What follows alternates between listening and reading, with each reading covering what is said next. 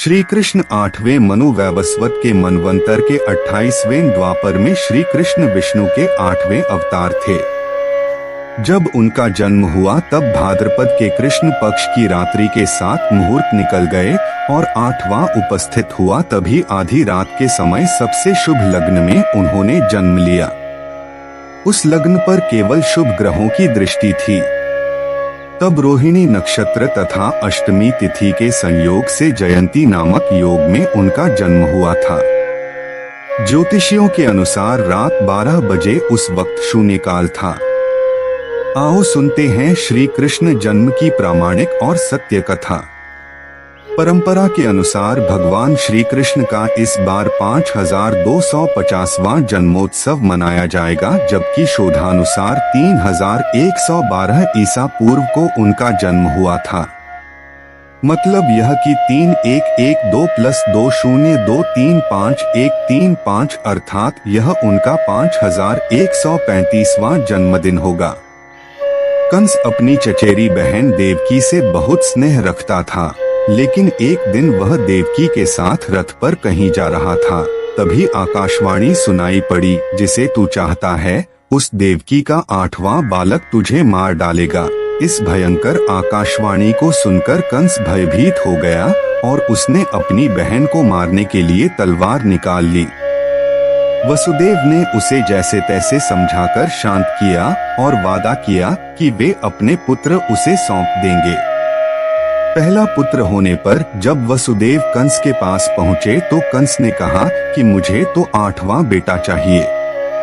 बाद में नारद ने बताया कि तुम्हें मारने के लिए देवकी के उदर से स्वयं भगवान विष्णु जन्म लेंगे, तो कंस और भयभीत हो गया और उसने वसुदेव और देवकी को कैद कर लिया। बाद में कंस ने एक एक करके देवकी के 6 बेटों को जन्म लेते ही मार डाला। 7वें गर्भ में श्रीशेष अनंत ने प्रवेश किया था। भगवान विष्णु ने श्रीशेष को बचाने के लिए योगमाया से देवकी का गर्भ ब्रज निवासिनी वसुदेव की पत्नी रोहिणी के उदर में रखवा दिया। तदनंतर 8वें बेटे की बारी में श्रीहरि ने स्वयं देवकी के उदर से पूर्णावतार लिया। स्वयं भगवान विष्णु ने कारागार में प्रकट होकर देवकी और वसुदेव को दर्शन देकर उन्हें उनके पूर्वजन्म की तपस्या के बारे में बताया था और उसी के पुण्यफल हेतु पूर्वजन्म में ही उनके यहाँ 3 बार अवतार लेने का वचन भी दिया था। वचनानुसार विष्णु जी देवकी माता से कहते हैं कि पहले जन्म में वृष्णिगर्भ के नाम से आपका पुत्र हुआ। फिर दूसरे जन्म में जब आप देव माता अदिति थी तो मैं आपका पुत्र उपेंद्र था। मैं ही वामन बना और राजा बलि का उद्धार किया। अब इस तीसरे जन्म में मैं आपके पुत्र रूप में प्रकट होकर अपना वचन पूरा कर रहा हूँ। श्री कृष्ण जन्म के समय भयंकर बारिश हो रही थी और यमुना नदी में तूफान था। कहते हैं कि ऐसी बारिश इससे पहले कभी नहीं हुई थी। भयानक रात्रि के प्रहर में बाढ़ जैसे हालात थे। श्री कृष्ण जन्म के समय श्री हरि विष्णु की आज्ञा से माता योगमाया प्रकट होकर देवकी और वसुदेव जी को उनके द्वारा श्री विष्णु के दर्शन और पूर्वजन्म की यादों को मिटा देती हैं। योगमाया के प्रभाव से ही उस वक्त शेषनाग बलराम के रूप में रोहिणी के गर्भ में चले जाते हैं। बलराम के जन्म के बाद श्री कृष्ण का जन्म होता है। यह पता चलते ही कंस बालक का वध करने के लिए निकल जाता है।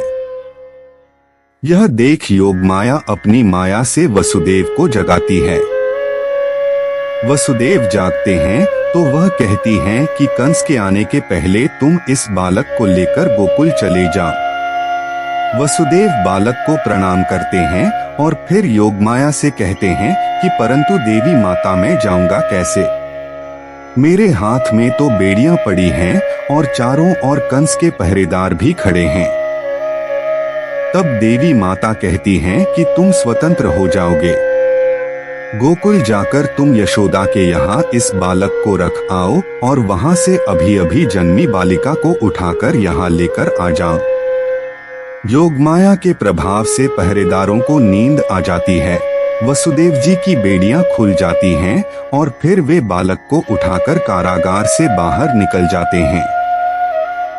बाहर आंधी और बारिश हो रही होती है।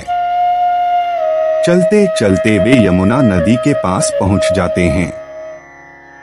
तट पर उन्हें एक सुपड़ा पड़ा नजर आता है, जिसमें बालक रूप श्री कृष्ण को रखकर पैदल ही नदी पार करने लगते हैं।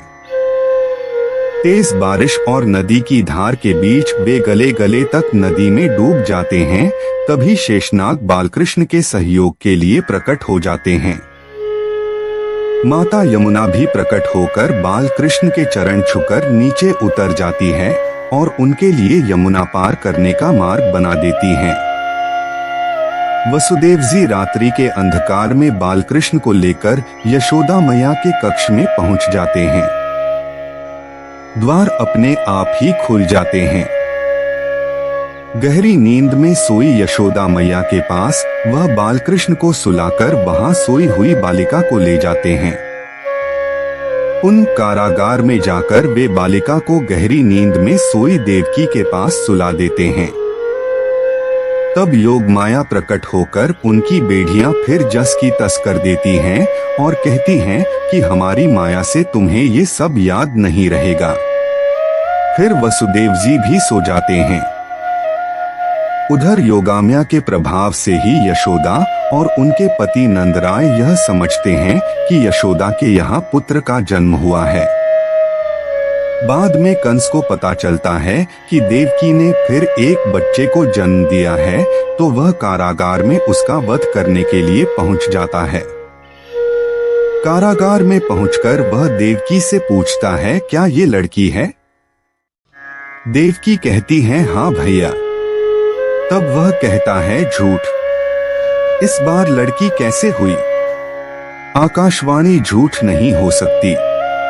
उसने 8वें पुत्र की बात कही थी, फिर लड़की कैसे आ गई?